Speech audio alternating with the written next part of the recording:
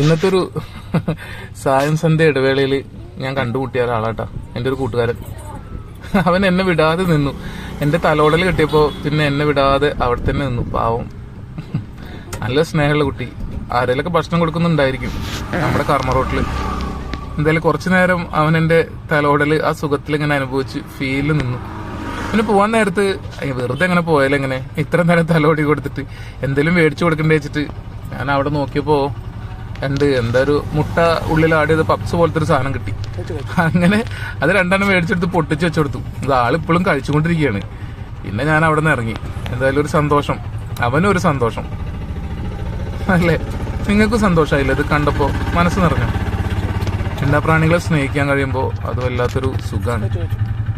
അവരുടെ ആ സ്നേഹം, സ്നേഹിച്ചാൽ അത് തിരിച്ചു കിട്ടുമ്പോഴുള്ള ആ അനുഭൂതി അത് മറക്കാൻ കഴിയില്ല. എല്ലാവർക്കും നല്ലത് വരട്ടെ, എല്ലാ നന്മകളും ഉണ്ടാവട്ടെ. സ്നേഹത്തോടെ, ശ്രീജേഷ്.